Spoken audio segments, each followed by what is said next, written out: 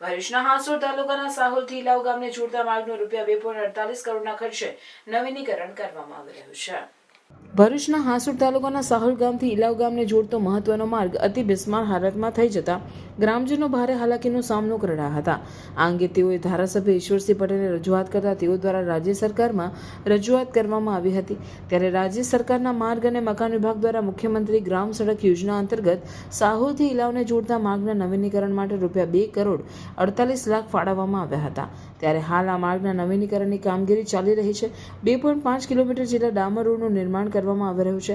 માર્ગના નિર્માણ કાર્ય દરમિયાન વાહન ચાલકોને અગવડતા ન પડે તે માટે એક તરફથી લેન ચાલુ રાખવાની આવી છે, જેના પરથી કાર અને બાઇક સહિતના નાના વાહનો પસાર થઈ શકશે, જ્યારે મોટા વાહનો માટે માર્ગ બંધ રાખવામાં આવ્યો છે, જેઓએ વૈકલ્પિક માર્ગનો ઉપયોગ કરવાનો રહેશે। આ માર્ગનું નવીનીકરણ થતાં ગ્રામજનોને અવરજવરમાં રાહત રહેશે।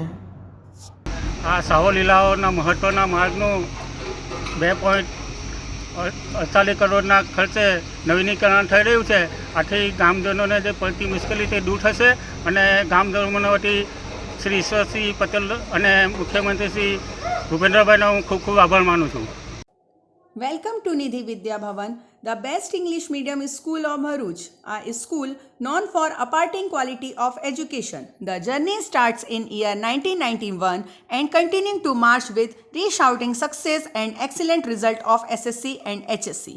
Year after year, our commitment to nurture development of students like science fair, good infrastructure like physics lab, bio lab, chemistry lab and computer lab. The students take part in sport activities, cultural activities, activity-based learning, personal counseling with parents, collaboration with reputed academic for inspiring career of students and providing NEET IIT JEE. Our students achieve various medals in Khel Mahakumbh and dance competition. Also, we celebrate various functions in our school. We have dedicated teachers team. Admissions are open nursery to 12th standard, Gujarat State Board, Bharuch.